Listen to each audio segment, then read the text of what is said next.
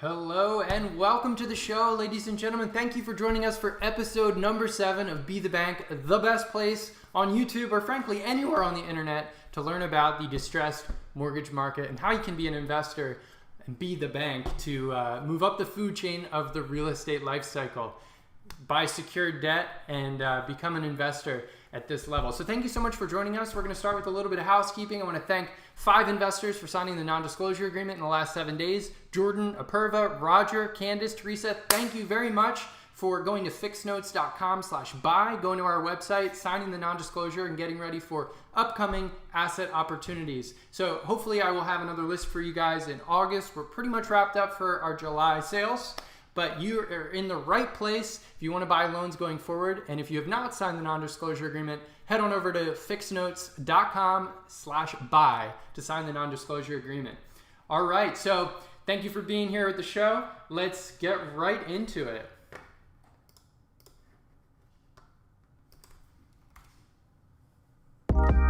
Look at that, the audio is working great. We got a great show for you today, folks. Thank you so much for coming on board. Stick around and let's get right into it.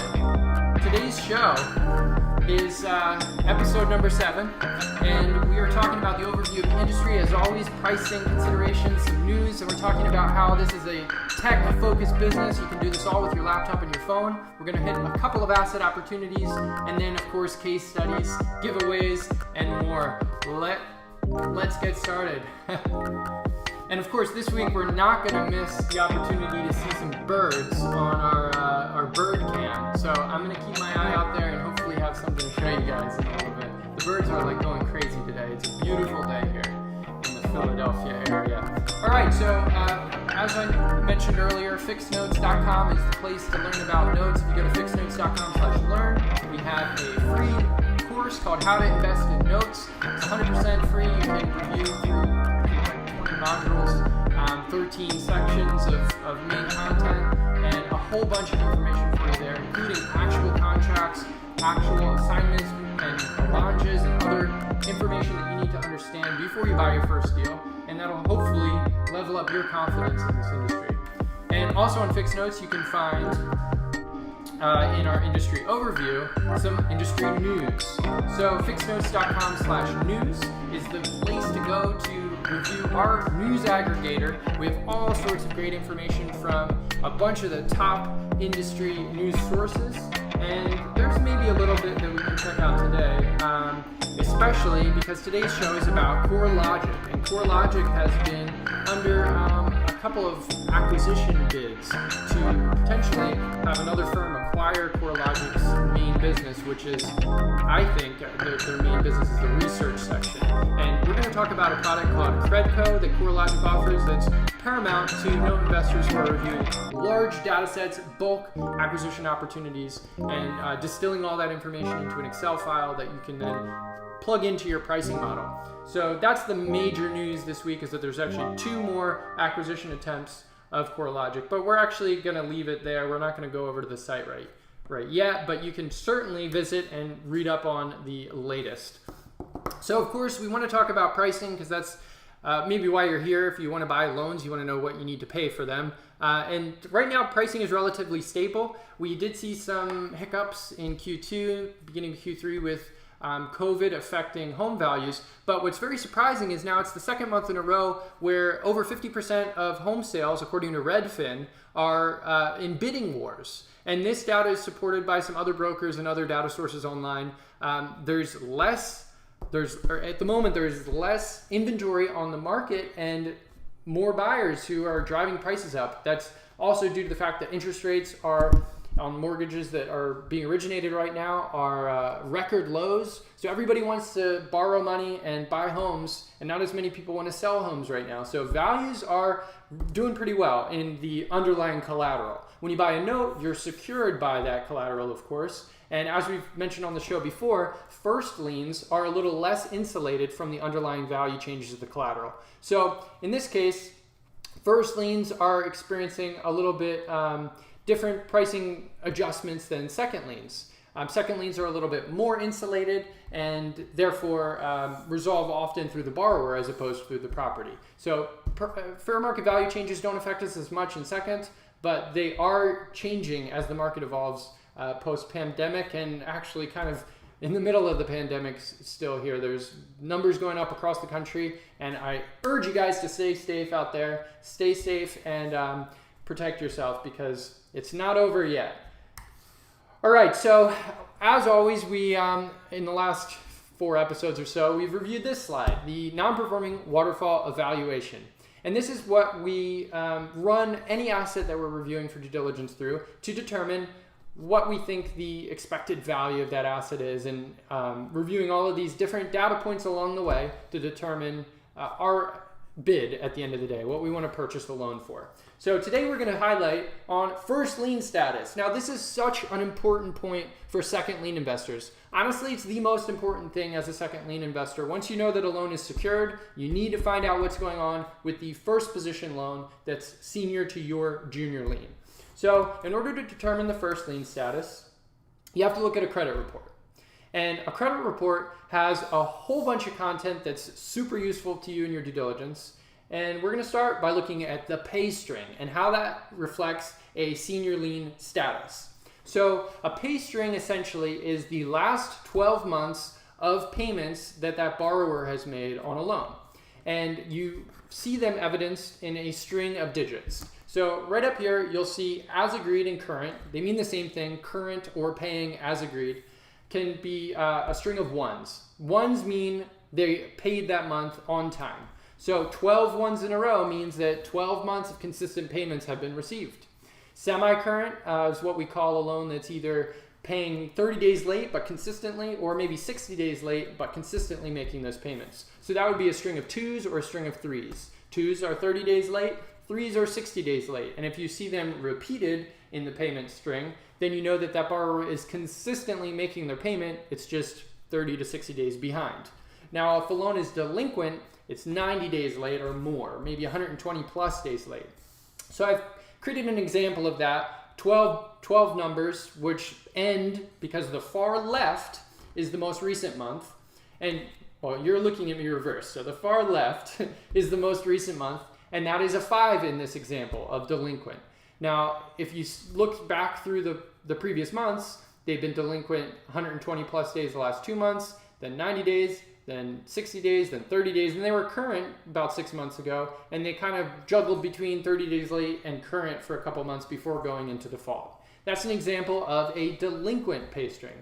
Now, foreclosure initiated is normally shown as all 5, so they've been over 120 days late for 12 months in this case, and most lenders will initiate foreclosure sooner than this, but often what you'll see when the foreclosure is initiated, not only a remark on the trade line which says foreclosure initiated, but also a string of 5s. And in this case, that's what we see, 12 months of 5s.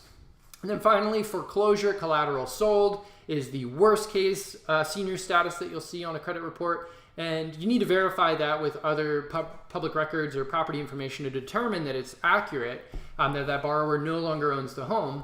But that's the worst case scenario if the borrower has been foreclosed out from the first position loan, unsecuring your junior lien investment that you are reviewing.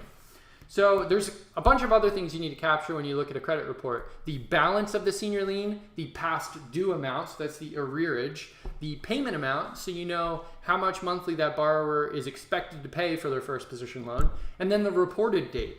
So the reported date is super important because that is essentially the beginning of the pay string. So far left on the payment string is the previous month or the most recent month. And if the reported date is a date in today's month, then you know that current pay string is counting back the months from today's date or from today's month. However, sometimes that reported date is stale. Sometimes the loan hasn't been reported. Now we're in July. A lot of the loans that I've been reviewing in the last month were reported in May. So it's several months behind, and something could have happened between May and today, especially with the pandemic environment that we're living in, that could have affected the status of that loan that we're not privy to because the trade line on the credit report is not reporting up through the current month. So that's important to understand. There's a couple other points. Now, there's a whole lot of other stuff you can review on a credit report as well. That's including FICO, the credit score of the borrower, which is a number typically between 0, well, I've never seen 0, but between like 400 and 850 would be the maximum. The best borrowers that I've ever seen have been just shy of 800 or some right above 800, but most loans that are in default, the credit scores are coming in the 600s. You also can determine the occupancy status. Most credit bureaus do give you the information for the borrower's current address. If that current address matches the address of the collateral file, the note that you're purchasing, then you can have some confidence or at least a data point to prove that that loan might be owner occupied. The borrower may be living in the subject property. Employment details are another great data point to look at. Every credit bureau that I know of has a reporting in the beginning of the report that shows who is employing that borrower and what position they are in that company. And that's a great data point to capture because it also comes with dates, so you can determine whether or not that borrower is currently employed. Public records are very important. You should see a lot of detail about bankruptcy at the end of most credit bureau reports. And then, of course, lifestyle and spending. A credit report is a super valuable insight into a borrower's lifestyle because you can see the car loans that they have, the medical debts that they have, the credit cards that are outstanding and whether they're making minimum payments on them, or what the current status of their financial picture looks like. And that's very important because it can be used to determine in your due diligence process the expected outcome of a deal. I would encourage you when you're reviewing an asset for purchase that you're looking at these intangibles to determine what is the most likely outcome, because your pricing model is going to be determined based on what you think that loan is worth as a reperforming loan, if that's the strategy that you're going, or as a foreclosure, or as a deed in lieu of foreclosure, or a short sale. There's all these different exit strategies that you can model in, and by looking at a credit report, you can start to get an idea of which direction it's going to head. So credit is super important, so important that I want to show you guys an actual report here. So let's pop out of the presentation here and pull up a credit report example. All right, so I've redacted a lot of information here so that we can look at this without any confidentiality issues. So we'll start out on the first page, and if I go over here, I can squeeze this over here. Okay, so this is a credit report that comes from CredCo, because today we're going to be talking about Corelogic CredCo and the reporting on the Excel sheet that they provide, which can be used for bulk review of acquisition opportunities. But they also provide a PDF. Now, I think this is a custom CredCo deployment, so if you are a future CredCo customer, make sure that you request a PDF output to be included with your Excel file, because I have found that although CredCo Excel output can be accurate, it's not 100%, and you always want to review the actual PDF file to get the real trade line data in case their PDF parsing tools that take the data from the PDF and put them in a spreadsheet aren't accurate, and they often are. So right off the bat, we're missing a couple information points here because I've redacted them, including the loan number, the property address, the current address. This is where we would start by comparing the address. So I can't really show you that because we don't have it here, but that's the general idea. Now, if you scroll down, you'll see some summaries about the, and the next page is going to be really big. Okay, no, it's actually showing us multiple pages. Let me try to zoom in here, because nobody looks at a credit report like this. You look at it one page at a time. All right, guys, technical difficulties all the time here. Let's go back to a single screen. This is how I normally look at them anyway.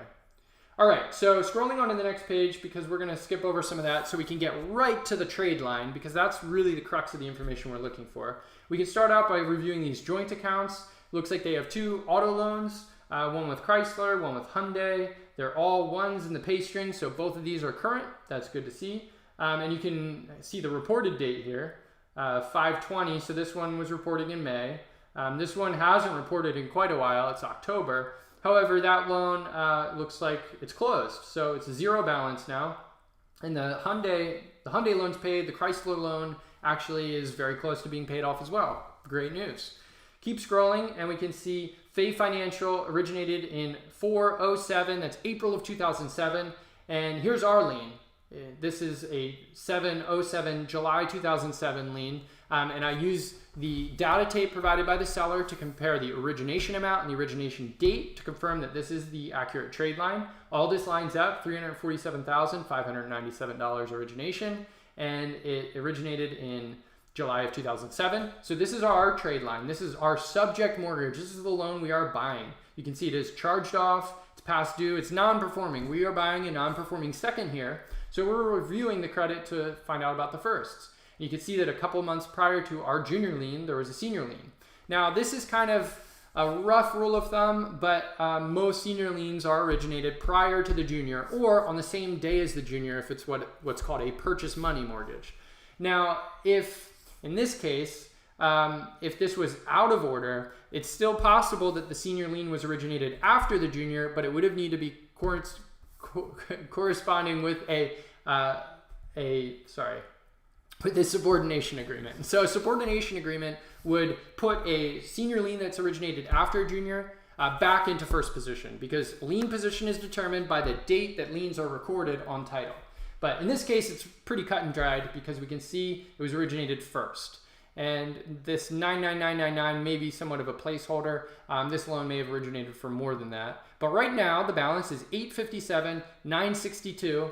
It's current, it's reporting in June, and look at all those ones. That's beautiful. That's exactly what we want to see when we're reviewing a senior lien trade line in front of our junior. It's current and it's consistently paying. Now, the one caveat here, the one major red flag is this little remark at the bottom, balloon payment.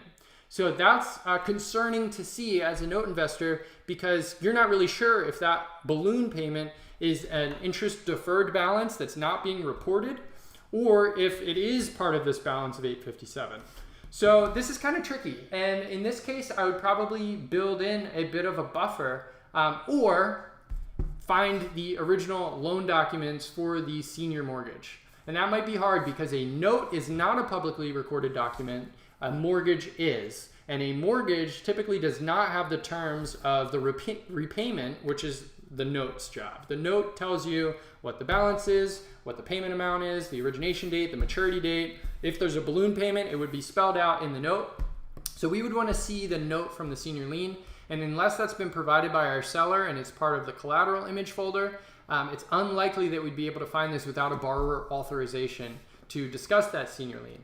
So we'll keep scrolling here and see what else we have to explore, to discover. We can see there's another auto loan for $22,000 that's remaining. That is current, all ones, so it's good. They're making those payments. Keep scrolling. Oh, and I didn't mention this to you either, the payment amount. So on this credit report, we can see the term is $480, and we can see the payment amount is $6,000. I was surprised, that was kind of high. They're paying $6,000 a month on their first mortgage. So that's good to know because it can kind of give you a gauge on if this property came back as a rental. What the borrower was originally paying on their mortgage can sometimes reflect the amount that that loan would be, the property would be rented for. And you can see not available on the second because they are not paying the second lien. And they're paying $1,000 on this auto loan, which has $22,000 remaining. We've got another charge account. This says current, but it hasn't been reported since last year, or the payment was received last year. We've got a Macy's card. We've got another, this is a JP Morgan Chase account as well, I think. Credit reports, credit cards. There's all sorts of, oh, here's two auto loans as well.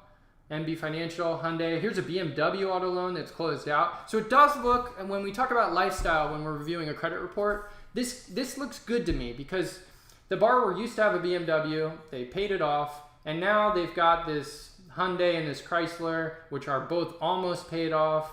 The one loan that I can't really determine what it is, what kind of vehicle it is, but there's a JP Morgan Chase Bank auto loan for $22,000 that's outstanding. So they may still be living that lifestyle that is potentially above their spending, which is why they're not paying their junior, but we can't be sure. And it does look like they're on the right track with these paid off loans for some lower end cars.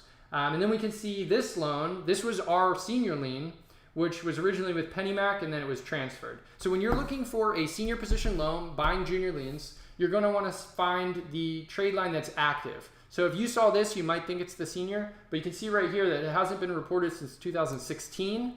You got to find the active account, which we found right up at the top. If you keep scrolling, you can see that there's been some inquiries. Oh, look, there it is, Land Rover.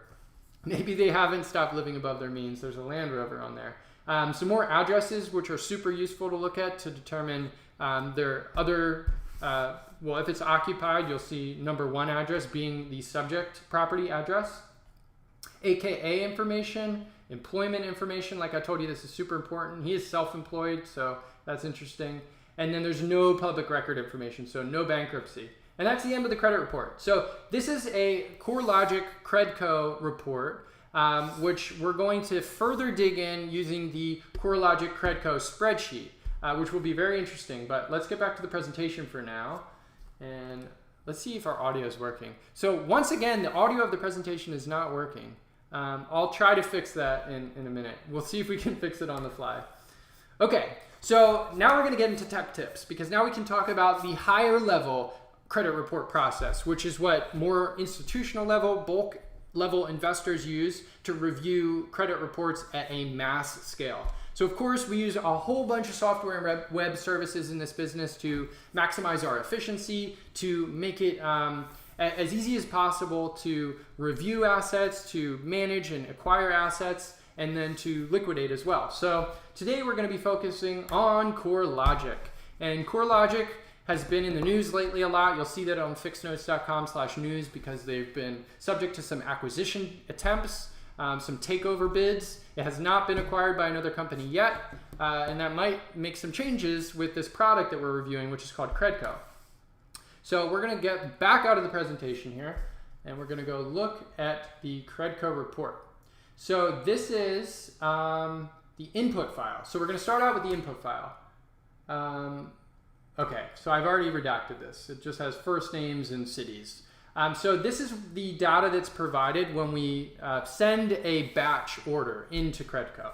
And basically, I'm missing some information here because I made it protected. But what this shows is the full property address, then the original loan amount, what that borrower originally borrowed, when they borrowed it, the origination amount, and then the current balance owed, along with their full name and their social. But we don't have that information because that is protected confidential information.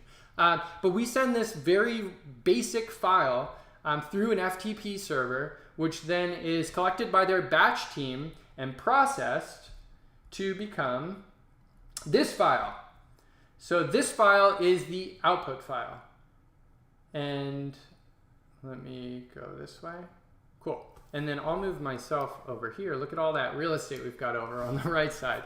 Okay, so this is the summary finding of a Corelogic CredCo lien report. And I don't really put much stock into this summary screen, because as you'll see, there's so much information that is sometimes misattributed in the spreadsheet that you need to look at that PDF that we were just looking at, the actual credit report, in order to determine with a high confidence what the senior lien statuses are. But generally, this gives you a breakdown between whether or not there are other liens found, so that would mean we are not in first position, and if there's no other liens found, it says that 98 loans on this tape are potentially in first lien position. Now, this is a tape of second liens primarily, so that's probably not accurate. But they break that down: high confidence, low confidence, and no other liens found, which a third basically into each bucket. It's actually more in the high confidence bucket, which makes sense because these are junior liens. Then we've got some foreclosure events and some further detail as to what lien positions actually these loans are in.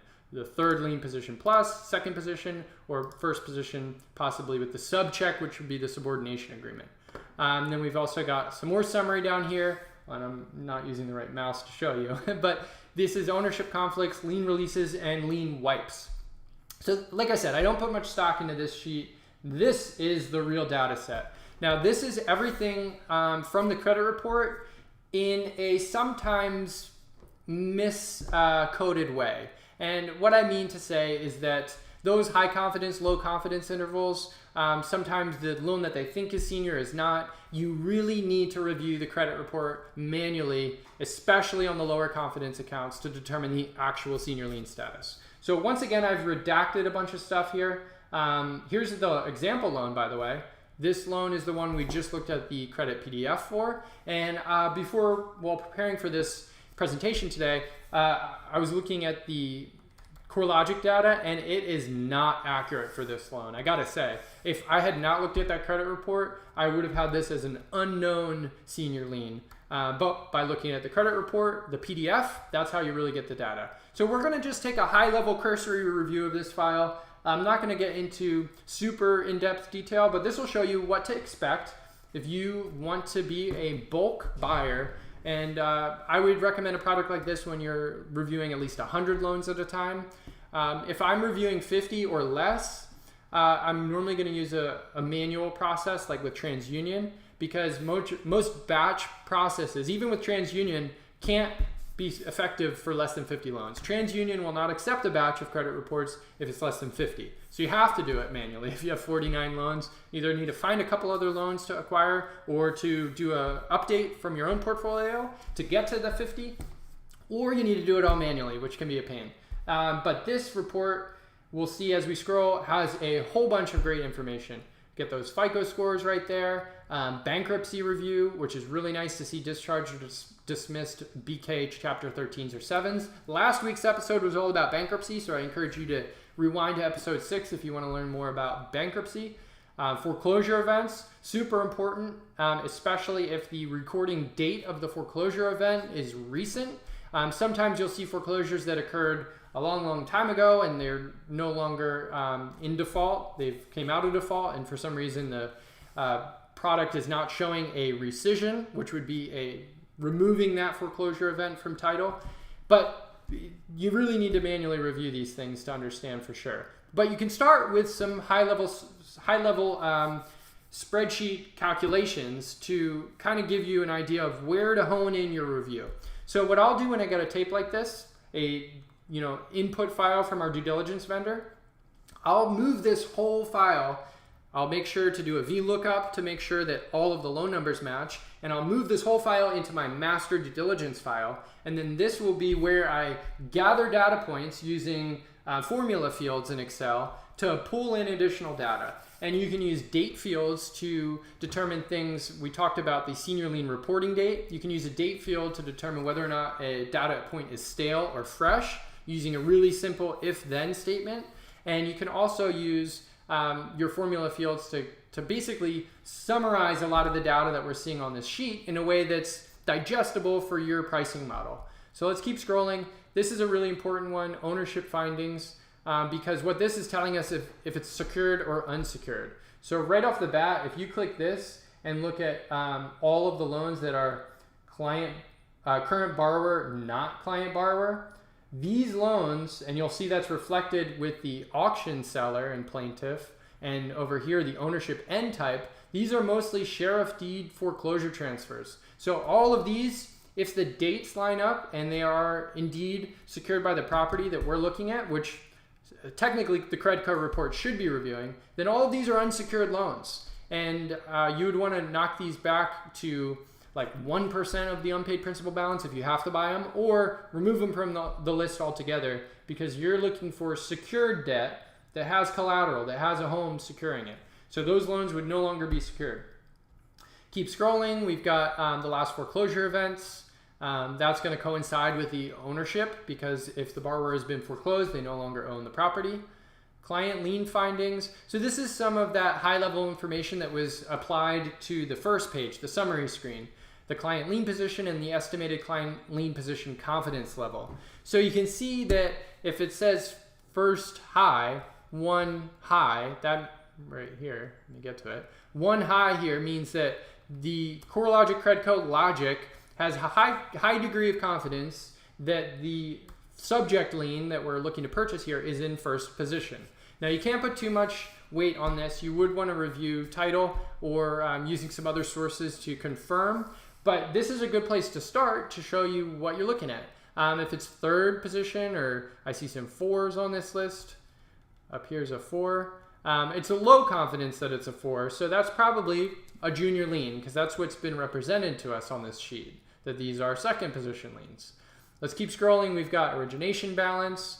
funding date, the current balance of the loan, the last reporting date on the subject loan, whether it's active or not on credit. Most of these are not going to be active, and the ones that say they're active are most likely incorrect. These are charged off loans that we're looking at.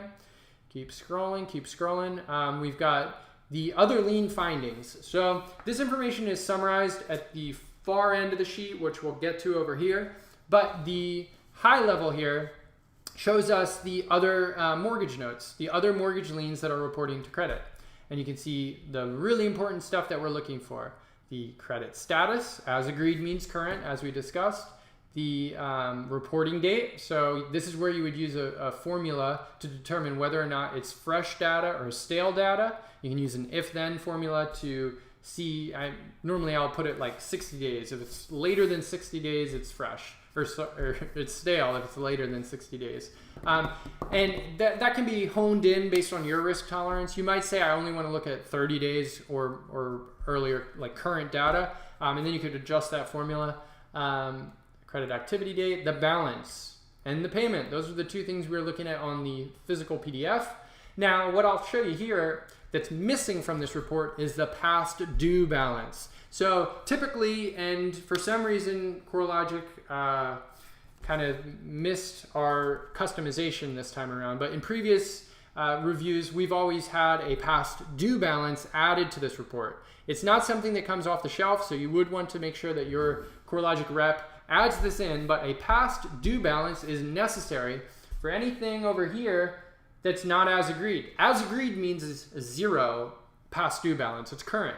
But if it's 120 days late, then there's going to be arrears that are owed, and this balance here of 358 is not accurate. There's going to be additional balance owed that's missing here. So I would need to review the actual credit PDF in order to pull the past due amount for these assets if you don't have the report customized properly. If we keep scrolling, these are other trade lines. These are other mortgages that Corelogic's identified. But what they do all the way over here at the end is identify the one that they have most confidence in is senior. This is an interesting section here because it shows whether or not a credit report was not returned, if it was missing a social security number, if the borrower was deceased, if they can't match the address. These are really important to understand because these are the loans where you're going to have to order a bureau report elsewhere. You could order from Experian, Equifax, TransUnion. You want to add, and if you have a tri-bureau merge of all the credit bureaus, that's going to give you the best success on identifying these ones that Corelogic could not identify. Really great section here called the GeoCore AVM. AVM is an automated valuation model, and this tells you the potential value of the property. So super important to understand your equity, especially when buying second position loans. And without a property value, you can't determine equity. So this is some really great data points, a value and then a high end and a low end with some deviations, just in case you want to account for the deviation in your formula for calculating your bid fair market value, how much you're going to base your bid on. Equity analysis is, I would take with a grain of salt because you really can't determine equity if the senior lien that they're reporting is not accurate. So I'm going to always calculate equity using my own metrics. Home price index is the HPI area. This is also something that I don't put too much stock in. You need to provide starting values to get this data to be accurate, and I did not provide starting values here. And what I say by starting value is the expected home value and a date that that home value was gathered from the past. And then they'll use that to come up with the home price index going forward. Not something I use too much. I like the GeoCore AVM a lot better. Consolidation for the senior lien formulas. All right, so here's where they're bringing the data from the expected senior into a kind of consolidated area where you can just find a one-stop shop for all of your senior lien balances, statuses, reporting dates. Now these loans that say as agreed, and if it's in a high confidence bucket, are the ones that I would review credit reports last on. I'd want to review the actual PDF credit reports first on all of the delinquent loans that are like this, late 120 days because I need to get the past due balances. And then I'm going to look at the lower confidence. And you can see senior lien position here. There's some 2s, some 4s. So you want to make sure that you're reviewing these in more detail because this might not actually be the senior lien trade line that you're looking at. But they have this high confidence level. So you start out by looking at all the low confidence interval and progress from there as you review the file. Now, one thing I will highly recommend when you're reviewing a bulk data tape, when you're reviewing lots of assets to acquire at once, make sure to start with the high unpaid principal balance loans first. Now, there's an endless amount of research that you can do, and I'm gonna try to get here. We're gonna go to a different camera angle while I see if I can fix the audio over here. This one. When you are reviewing a large portfolio to acquire, and I'm talking like an all or nothing bid, you want to buy everything on the list at once, you always want to start with the high UPB accounts first because that's going to be the bulk of your acquisition. And like I said, there's so much research that you can do, it's almost endless, that you want to make sure that your most detailed fine-tooth comb analysis is happening on the highest unpaid principal balance loans first, because that's where you're going to get the biggest bang for your buck, essentially.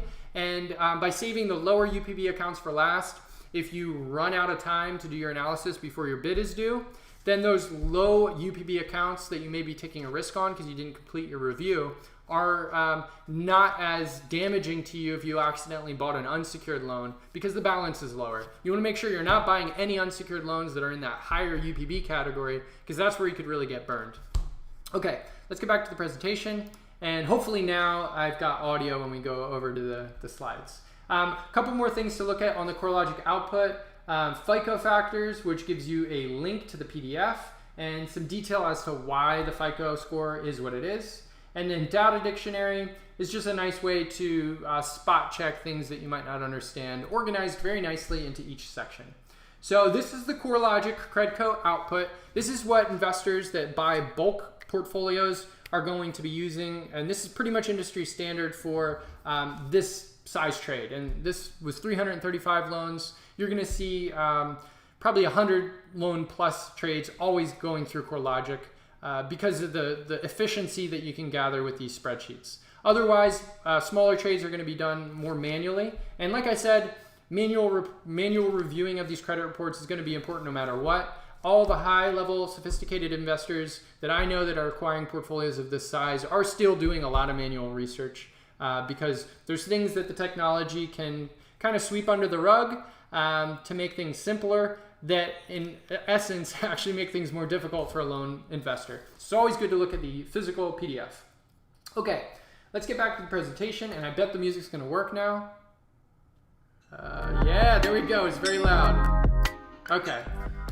Next slide. All right, I think we're getting into assets for sale, acquisition opportunities. So I'm going to just quickly highlight the inventory that we're currently working on, and we're going to go back over here. No, I actually have it pulled up. Here. All right, so as we looked at in previous episodes, this is the current portfolio for Q3 that we're offering for sale. We've got a bunch of deals that are wrapping up here, and let me just get rid of myself here so you can see everything. We've added a couple sold loans. I have not yet added the sales prices in, so I got to make that work so you can see what these loans sold for. That'll be a minute. I just was working on it right before we started the episode and didn't have quite enough time. As you can see, actually, we didn't have enough time to put up our banner either. Normally we have our big FIXnotes step and repeat, but we ran out of time this week. I apologize, guys. My bad there. We'll hopefully have it ready for you next time. But anyway, there's a lot of available loans still on this list. We've got 17. I think there might be a couple of these that are now moving towards pending contract. So I need to get this updated. But what I'll do for the 5 of you who submitted your NDAs in the last week and have not received an inventory list from me yet, I'm going to try to update this today, get you guys the updated files so you can start to review these loans. Now, worst case, you're not able to make a bid or you're not able to find anything you like on this sheet. However, the really great benefit of reviewing a portfolio like this is to get your feet wet, to get some experience under your belt, actually learn by doing the due diligence, by researching these loans and finding out why these buyers paid these amounts. You can start to reverse engineer these acquisition prices to understand if you could beat those prices based on your own model, or if you maybe don't understand why these prices have been applied. These are loans that actually sold. And I'm also going to add the additional sale prices here so you can get a couple more essentially case studies so you can review your pricing model and see how it reflects here. All right, so let's get back to the show. I will hopefully have that updated presentation for you shortly. This music is coming back because we fixed it. And let's see what we got next. I think it's case studies. And I got to move myself, oops. I got to move myself back over here. Okay, so first case study today is a modification. We've talked about a couple mods in our previous case studies. And this is one that we're wrapping up right now, and it's interesting, and I want to highlight it because it started out by being a potential payoff. And we had to pivot because of some issues with the refinance the borrower was working on. So let's talk about it. Fair market value on this loan above me is $643,000, and the senior is $382,000. So there's plenty of equity here. This is a very safe investment. For a note investor to buy this as a non-performing loan with that amount of equity, securing $33,000 of UPB, they'd pay about $18,000. That's 53.3% of the unpaid principal balance. I could see this going for maybe a bit higher, but that's generally what we're going to see selling this as a non-performing loan. Now, the payoff balance here is $36,000. That was generated when the borrower called us up and said, hey, I want to refinance this loan. And in order to do so, I need a payoff quote from your servicer. So we run the payoff quote, turned out to be about $3,000 in arrears, and the borrower was all set to pay off the loan in a refi. They're going to refinance us out to get a lower rate with a different lender and pay us off in full, plus the arrears. Now, unfortunately, they were not able to refinance the loan because the subject lien, our second position lien, had no payment history, and it was in default. So the new lender said, I can't refinance a loan that's in default because you've proven your inability as a borrower. You need a track record for you to be a credible borrower with our company to refinance the loan. So the refi was dead. There's no way we could process the refi because the lender who was going to be refinancing was not willing to take on that risk. So instead, we decided we wanted to get a payment plan in place that would give the borrower an opportunity to build that track record up and then eventually refi in the future. Because our interest rate is pretty high. The interest rate that we can offer for borrowers to modify loans isn't what they would get on the open market, but we'd never charge a prepayment penalty. So borrowers are always able to refinance the loan later, especially in the low rate environment that we're currently in. So their goal was then to modify the loan and then eventually refinance it later. And you'll see in this, what do you want to do? Capitalize arrears. What that means is that the unpaid principal balance of $33,000 was going to be increased to the payoff balance. The arrears that were owed, that $3,000 in arrears, were capitalized into a new principal balance of $36,000 that then was the modified amount for this payment plan going forward. So in order to bring the account current, we took those arrears and included them in the amortized balance that was owed on the loan. So initially this looked like a full payoff due to the pending refi. The borrower was not able to make that happen, and we tried everything we could to assist with it, but it was rejected. So before this lender would take him on, they needed this consistency, at least 6 months of seasoning. Most lenders maybe require 12 months of seasoning, 12 months of consistent payments in order to qualify that borrower for the refinance. And our amortization on the modification agreement turned out to be $354 per month for 192 months at an 8.75% interest rate. That's the best interest rate that we were able to offer the borrower as a defaulted loan. The interest rates are higher, there's more risk taking on these modifications, and it also encourages the borrower to move forward with getting a refinance. So the interest rate was agreed, and the borrower signed the modification agreement along with an ACH, the automated clearinghouse agreement, which withdraws their payment every month automatically. So this modification is all set to basically be an automated payment stream for my client. We're going to receive that $354 every single month through our servicer, and for the borrower, it's set, it's ready. In 6 months to a year, he can revisit and try to get that refinance done for a lower rate. So as we discussed, the NPL value is $18,000, 53.3% of the UPB, but the RPL value, the reperforming loan value, is almost $32,000. And that's because the $354 per month of cash flow compute to a 12.6% cash on cash return. So this investor who purchases this reperforming loan for $31,900 is going to be receiving 12.6% of their investment every single year based on that $354 payment every month. That works out to a 10.5% internal rate of return. So that means that accounting for the time value of money, if we went to the end of the term and this borrower paid every single month for that 192-month term, the internal rate of return would be 10.5% over the full length of the payment.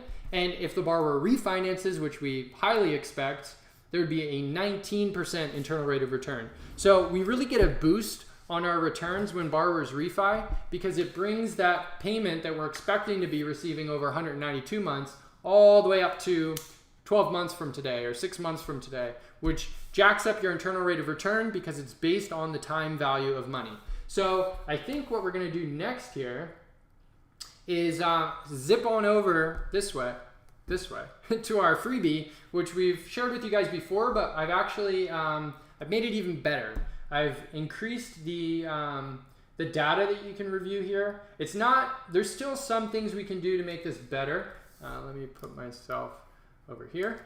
There's still a couple things we can do to improve, but I want to show you guys how I calculated the internal rate of return and the cash on cash return for this reperforming loan. So right up top, you have a key, and if you click on key, you'll see that the blue fields are input fields. You have to type them in, and some of these blue fields I could automate, but haven't gotten that far yet. Green are outputs, so you don't touch those, and the red values, they don't actually account for the formulas at all, but they're good as a data point here. So payment amount $354.87, servicing fee of $20 a month. Those can be adjusted, of course. And in this case, the balance is $36,000, 8.75%, 192 months in the term. Now, what I could have done here, and I plan to do eventually, is to add in the amortization formula so that these fields can be automatically populated when you put in the right inputs. So if you use a financial calculator, you know you need almost all of the fields in order to determine the missing field. So you could provide a balance on a rate and a payment amount and then back into the term, or you could provide the balance, the rate, and the term and back into a payment amount. So that's actually what we did here to calculate this mod. We took the balance that the borrower owed, the interest rate that we were willing to offer, and then used the term to basically as a control to find the right payment. So the borrower wanted to pay about $350 a month, and 192 months of the term based on the rate and the balance worked out to that $354 per month payment that he was looking for. Now, first we have the note resolution simple IRR. This is the return that a non-performing note investor can expect to achieve on this deal if they bought it non-performing, made it cash flow, and then sold it as a reperforming loan. Now, what this does not factor at all, and you'll see the formula is pretty simple, it does not factor the payments that you received over the course of the modification. So before you sell a reperforming loan, you need to make sure it has seasoning. Just like the refinance lender needed seasoning on our loan in order to determine whether they'd be willing to refi, a note investor wants to see seasoning before they are willing to spend $31,900 on this investment to make sure that that borrower is consistent and they expect to pay going forward. Now, what this formula is doing, it's called a simple internal rate of return because basically all it is doing is taking your return on investment, your your sale price minus your purchase price divided by your purchase price, so that's your return on investment, and then divide that by the annualized time frame. So the amount of months it takes you to complete the deal divided by 12 to annualize. So that's basically taking and we can adjust it here. If you got this deal done in 12 months, your internal rate of return is going to increase to 77%. So let's say you buy it today, 6 months from now, you get the resolution done. You wait another 6 months until it's seasoned and then you sell it. That would be a 12-month turnaround. And if you bought it for 18 and sold it for 31, that's 77% internal rate of return. Now, I will say that this spreadsheet kind of glosses over some of the details. Like I said, it doesn't factor in the payments that are being collected, and it also doesn't factor in the decreased UPB that you'd be selling in 6 months. So we actually do take that into consideration, though, in the refinance scenario. So scenario 1, paying to maturity, this is what's calculating this IRR calculation. Now, this is actually a way more complicated calculation, but a simpler formula for you as an investor to calculate, because Excel uses something called XIRR to automate all of this for you. All you need to do is create a payment string and then plug it in. So if I click here on the right keyboard, you'll see what the inputs here are. All it's doing is taking the dates and the amounts, and that's it. It's two separate fields here, dates and amounts, and that gives you the internal rate of return for this cash flow, for this payment string. And if we scroll all the way over, you'll see that this goes for 192 months. And at the end, the last payment amount is the same. In 2036 is the maturity. And you can see right here at the, I'm probably blocking, I don't know. Oops. You can see right here at the bottom, right, see that 192? Right to the right of my frame is count 192 down here. So that's 192 payments of $334.87 per month.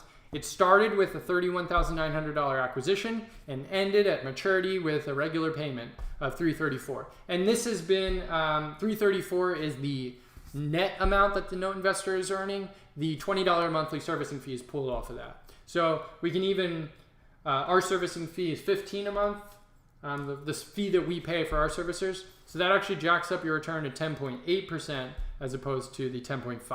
So whatever you can do to reduce expenses increases your internal rate of return. So now let's look at the, keep doing that, the second scenario here. Why is it not giving me the right field? Sorry guys, I'm just trying to move my screen. There we go. The second scenario here isn't a full payment until maturity, it's a full payment until refinance. So you see that in January of 2022, this is the unpaid principal balance that would still be owed. I used an amortization calculator to look down the schedule to find what the balance would be after paying interest and principal for this first 12-month period. I think it's a little more than 12 months. And that balance, 17 months later, was $34,920. So that's a positive number, and it kind of parallels the negative number, which was the purchase price. So the internal rate of return for this scenario is 19%. So that means if you paid $31,900, collected 17 payments of $334.87 per month, and then refinanced in a year and a half at $34,920, you'd be earning 19% on your money. And you can actually also do this to just sum it all. And if I move myself out of the way, you'll see that the sum here is $40,000. So for your $31,900 investment, you're earning $40,000 over about 17 months. Like I said, this is simplifying some things. For example, this is assuming the borrower bought the loan in July right now. We just got this modification done. So really they would be buying it out here, like next January, maybe next February, after we've had at least 6 months of track record. And then the calculation would slightly change, but at a high level, this is exactly what you want to use to calculate your own investment scenarios when you're looking to buy a reperforming loan or perhaps a non-performing loan that's expected to become reperforming. So I will link this new and improved version of the Simple Investment Calculator in the show notes below the description of this video. You can download this, no strings attached. I'm not even going through an email capture screen or anything. It's a Dropbox link. You can click it and it'll download the file. And then hopefully we'll add some more features to this in upcoming episodes to maybe make the amortization process more dynamic. But for you guys, it's a freebie and I hope you enjoy. All right, let's get back to the presentation. And our music is going to begin again because we fixed it. Keep it low. All right, so that was our first case study. Let's move on to the second. Man, guys, I'm sorry. Second case study is for a loan sale. So we talked about a non-performing second mortgage secured by a single family home. We're going all the way on the other side of the spectrum with a non-performing first mortgage secured by vacant land. And we'll see how this translates into a loan sale. So right now, the fair market value of this lot, this vacant lot, it's about $140,000. They owe $37,000 in taxes, and that leaves about $100,000 of equity, securing our balance of $354,000. So it's a huge balance here. This borrower borrowed this loan in 2002 for a construction and acquisition. So they were purchasing the lot and securing some funds to start the building of this lot, improvement, adding a slab, the utilities, building it out. It's in Florida in an HOA. It's right on the water, so they probably wouldn't even build a basement here. And it's a nice lot, but the homeowners association is actually also past due.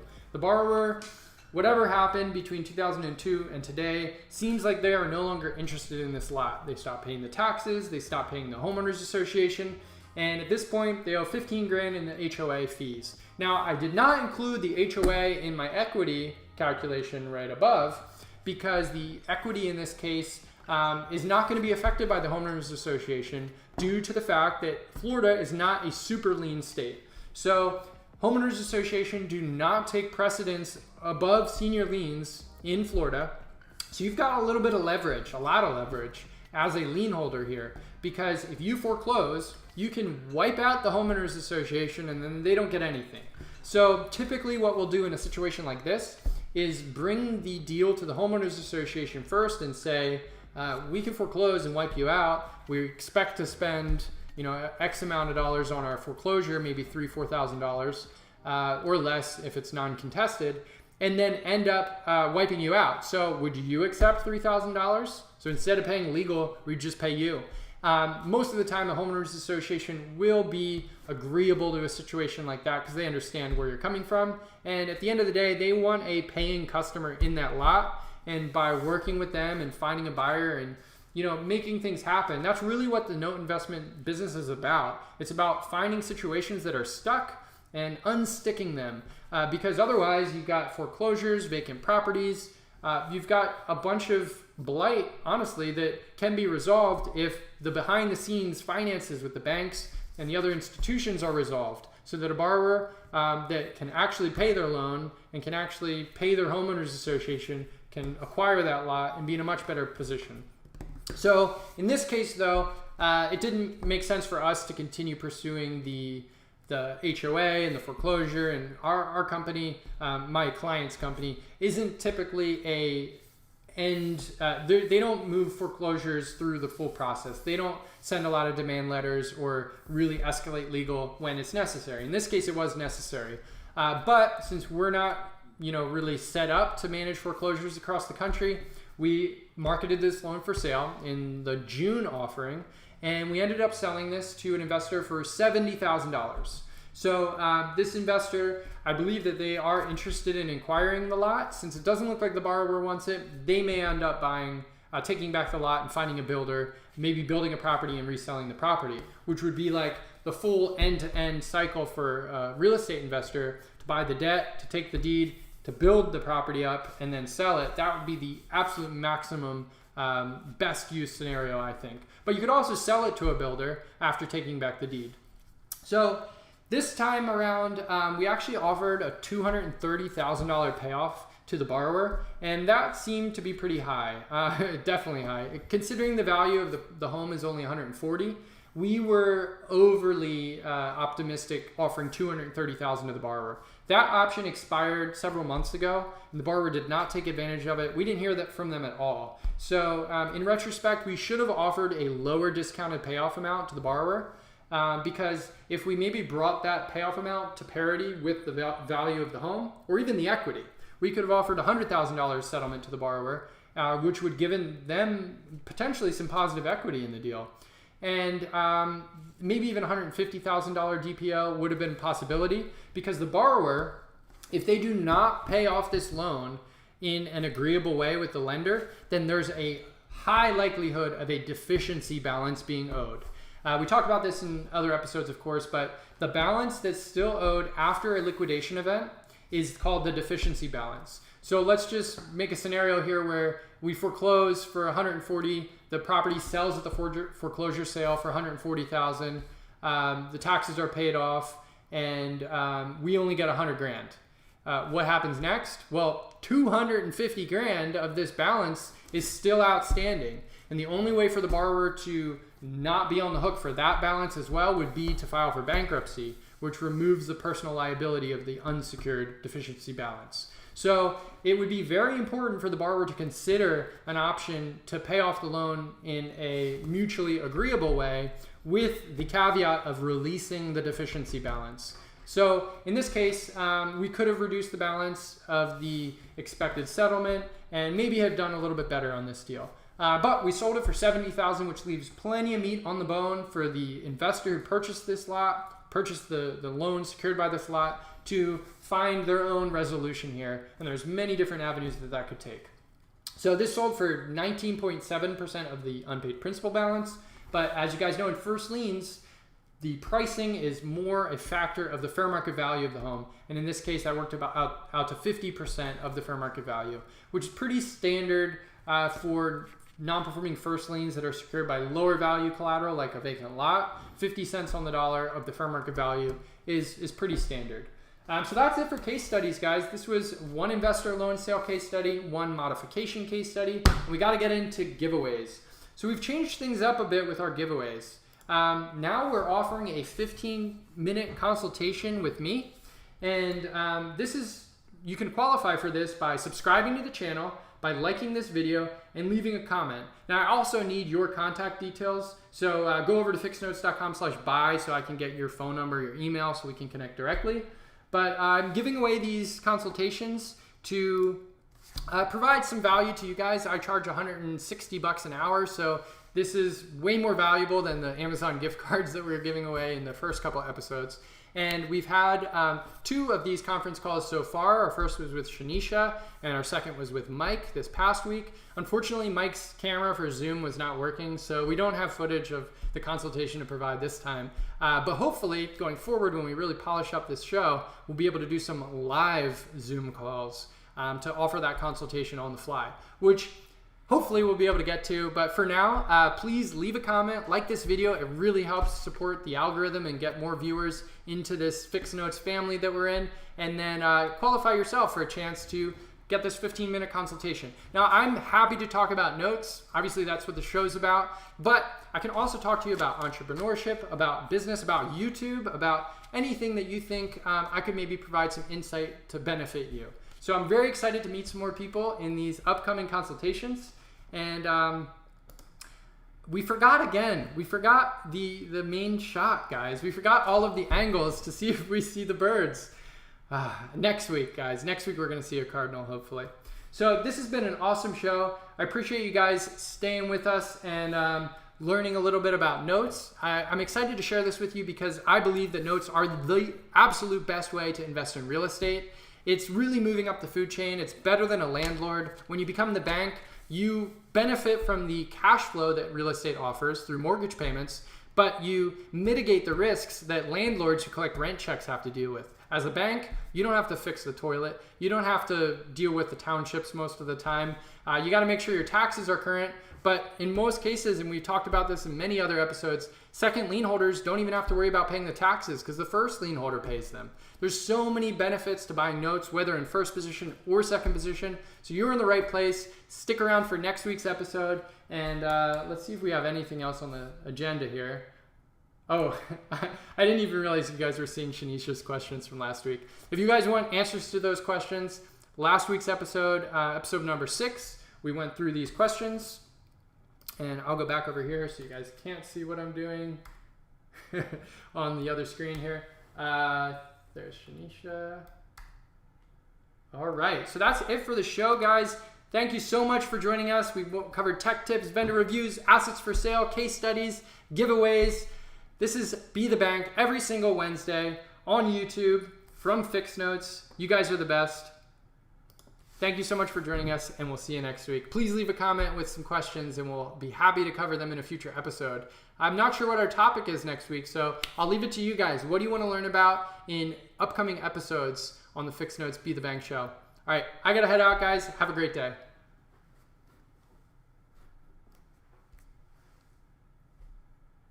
And we'll just do this, get some music going. There we go. Wrap it up. See you guys.